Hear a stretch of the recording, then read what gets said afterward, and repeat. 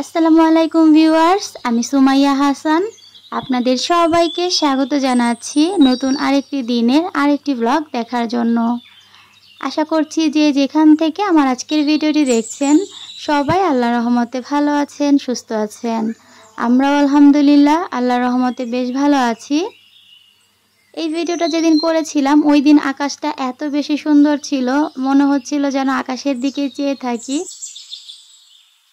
এরকম রৌদ্রোজ্জ্বল আকাশ দেখতে আমার ভীষণ ভালো লাগে, আর সেই সাথে দেখতেই পেয়েছেন আকাশের কালারটা কত সুন্দর ছিল। তো যাই হোক, এখানে বেলকুনিতে আজকে গাছের টুকটাক একটু যত্ন করব। শুরুতেই দেখতে পাচ্ছেন আমি এখানে গাছ লাগানোর জন্য মাটিটা একটু খুঁড়ে নিচ্ছি। এই টবের ভেতর আমার একটা মরিচ গাছ ছিল, তো মরিচ গাছটা মরে গেছে, টবটা আমি ওভাবেই রেখে দিয়েছিলাম। আর আজকে হচ্ছে এটার ভেতর বিলাতি ধনেপাতার গাছ লাগাচ্ছি। এগুলো গতকালকে আমার ননদ কিনে এনেছে, তো পাতাগুলো রেখে আমি শুধু গোড়ার অংশটাই লাগাচ্ছি। আমার ননদ এটাকে চাটনি পাতা বলছিল, তবে আমাদের ওখানে এটাকে বিলাতি ধনেপাতা নামে চিনে, এই কারণে আমি ওইভাবেই বলছি। তবে এটার আসলে সঠিক নামটা কি আমি জানি না, এক একজন হয়তো বা এক এক নামে চিনে থাকবেন। তো এখানে গাছটা লাগাতে থাকি, সেই সাথে আপুদের কিছু প্রশ্নের উত্তর দিতে থাকি। বেশ কিছুদিন আগে একজন আপু আমাকে কমেন্ট করেছিল আমার বিজনেস নিয়ে, সেই সাথে আরও বেশ কিছু আপু আমাকে বারবারই আমার পেজে নক দিচ্ছিলেন, মেসেজ করছিলেন যে প্রোডাক্ট নেওয়ার জন্য। আবার কমেন্টেও অনেক আপুরা আমার বিজনেস সম্পর্কে জানতে চেয়েছেন, মানে পেজের লিঙ্কটা চাচ্ছিলেন। তো ভাবলাম যে এই বিষয়টা আপনাদের সঙ্গে একটু ক্লিয়ার করি। অনেক আপুরাই জানতে চেয়েছেন আমি বিজনেসটা আর করব কিনা, বা বন্ধ করে দিয়েছি কিনা একেবারে, বা কবে চালু করব।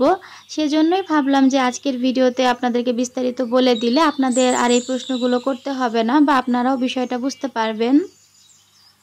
আমি আপনাদেরকে বলেছিলাম যে আমি যেহেতু অসুস্থ এই কারণে বিজনেসটা বন্ধ রেখেছি। বাবু হওয়ার পর ইনশাল্লাহ আবার বিজনেসটা শুরু করব। তবে আমার কাছে এখন মনে হচ্ছে বিজনেসটা আমার পক্ষে এখন কন্টিনিউ করা একদমই সম্ভব না। তার বেশ কিছু কারণ আছে। বাবু যেহেতু একেবারেই ছোট, আর ও একেবারে ছোট হলেও আমি বিজনেসটা করতে পারতাম, সেটা সমস্যা ছিল না। কেননা বাবুকে আমার একা সামলাতে হয় না, আমার ননদ শাশুড়ি এই বিষয়ে আমাকে অনেক বেশি হেল্প করে। এ কারণে বাবুকে নিয়েই আমি বিজনেসটা কন্টিনিউ করতে পারতাম। তবে যেটা সমস্যা হয়েছে সেটা হলো আমি যে বিজনেসটা করি এই বিজনেসের জন্য বেশ অনেক কিছুর প্রয়োজন হয়।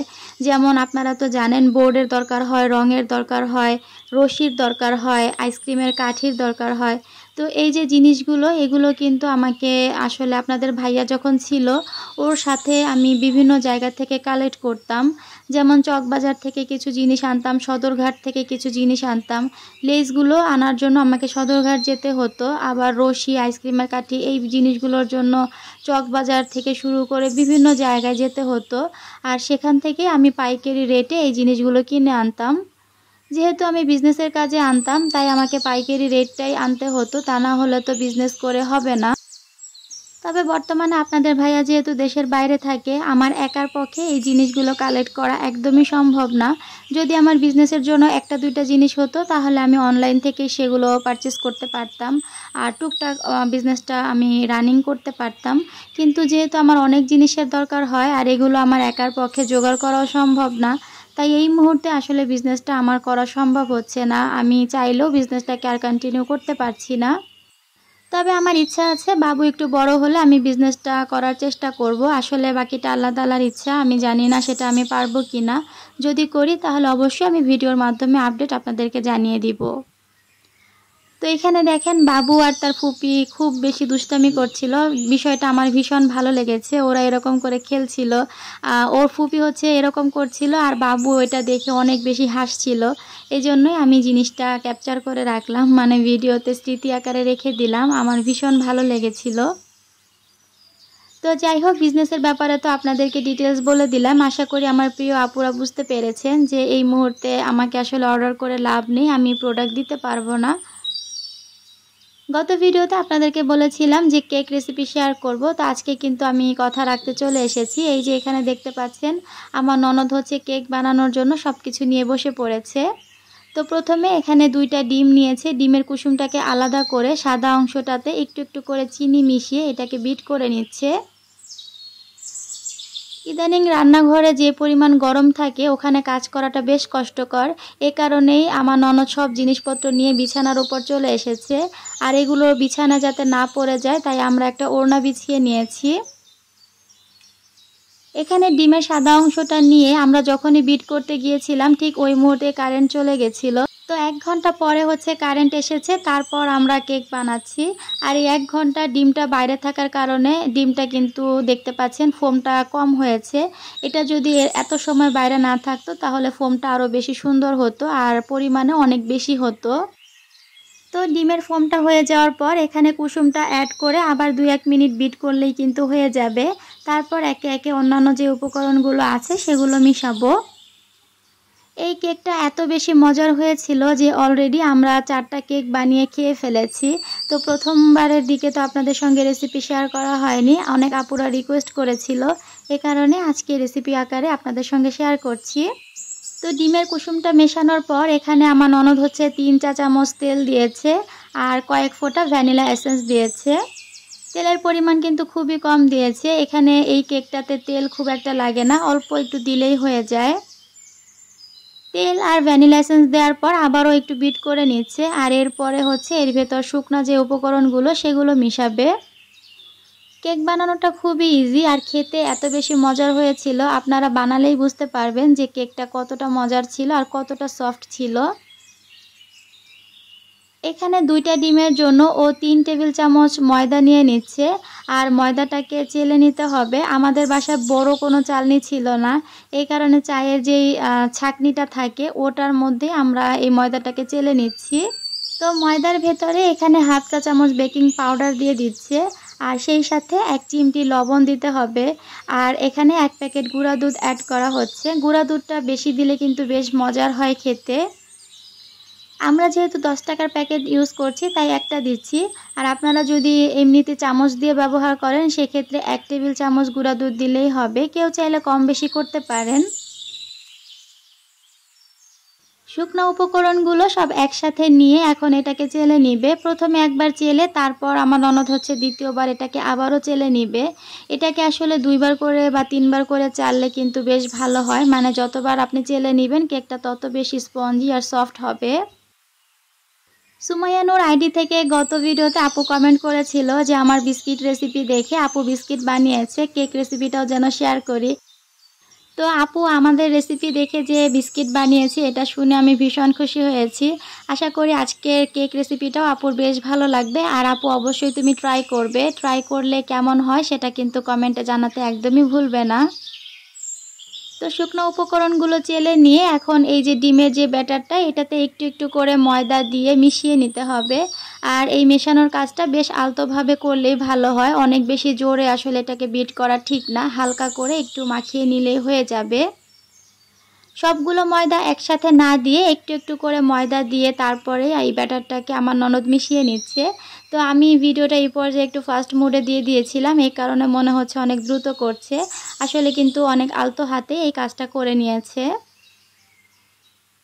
এটা করার পর আমরা চুলাতে বেক করব। তো গত ভিডিওতে আসলে একটা জিনিস বলতে আমি ভুলে গেছিলাম, আমি বলেছিলাম যে লবণের ভেতর স্ট্যান্ড দিয়ে আপনারা কেক বা বিস্কিট এগুলো বেক করতে পারেন। তো বিষয়টা আসলে এমন না যে ওখানে লবণই ব্যবহার করতে হবে, আপনারা চাইলে লবণের পরিবর্তে বালু দিতে পারেন। আমার হাতের কাছে আসলে বালু ছিল না, এই কারণে আমি লবণ দিয়েছিলাম। আর আপনাদের হাতের কাছে যদি লবণ বালু কোনোটাই না থাকে সেক্ষেত্রে পাত্রে শুধুমাত্র 2টা কাগজ বিছিয়ে একটা স্ট্যান্ড দিয়ে আপনারা 10 মিনিট পাত্রটাকে ফ্রি হিট করে বিস্কিট অথবা কেক বেক করতে পারেন। এতে করেও কিন্তু দেখবেন খুব সুন্দর মতো বিস্কিট বা কেক হয়ে গেছে। তো আজকের কেকটাতে আমরা 3টা কালারের বানাবো, এই কারণে দেখতে পাচ্ছেন আমার ননদ 3টা পাত্রে নিয়ে নিয়েছে। একটা অরেঞ্জ কালার করেছে, একটা রেড কালার আর একটা সাদা। তো রেড কালারটা কিন্তু এখানে কেকের ভেতর দেওয়ার পর পিঙ্ক কালার হয়ে যায়, এটা পারফেক্ট রেড আনার জন্য অরেঞ্জ মিশাতে হয়। তো আমাদের কাছে অরেঞ্জ যে কালারটা সেটা নেই, আমি জর্দা কালারের মাধ্যমে এখানে অরেঞ্জ কালারটা বানিয়ে নিয়েছি। তো দেখতেই পাচ্ছেন প্রথমে সাদা লেয়ারটা দিয়েছে, তারপর এখানে পিঙ্ক কালারটা দিচ্ছে আর সবার উপরে অরেঞ্জ কালারটা দিচ্ছে। তো এইভাবে স্টেপ বাই স্টেপ দিয়েই কিন্তু 3টা লেয়ার করে নেওয়া হবে। আর আমার যে কেকের মোল্ডটা এটা দয়া করে স্কিপ করবেন, কারণ এটা আরও 5 বছর আগের কেনা একটা মোল্ড। আমি যেহেতু 5 বছর যাবৎ কোনো কেক বানাই না, বিয়ের আগে প্রচুর কেক বানিয়েছি, তো 5 বছর ধরে কোনো কেকই বানানো হয় না।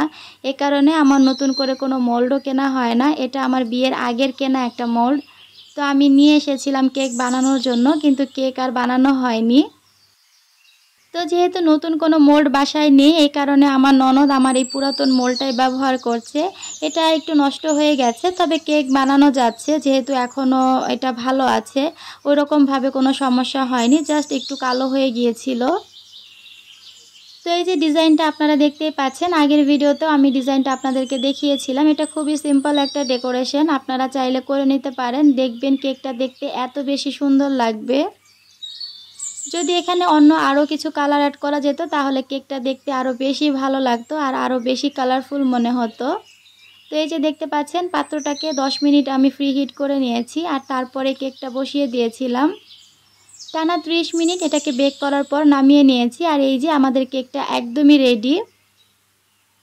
এটাকে একটু ঠান্ডা করে আমরা প্লেটে নিয়ে নিয়েছি। আর এই যে আপনাদেরকে কেটে দেখাচ্ছি, কেকটা এত বেশি সফটই হয়, আপনারা একবার খেলেই বুঝতে পারবেন যে কেকটা কত বেশি সফট হয়। ডিমের ফোমটা যত বেশি হবে কেকটা তত বেশি সফট আর স্পঞ্জি হবে।